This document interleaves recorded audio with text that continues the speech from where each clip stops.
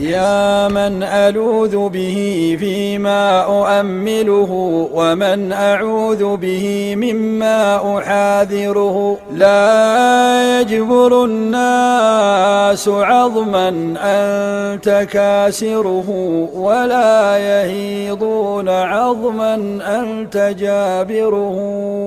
ولا يهيضون عظما أنت جابره.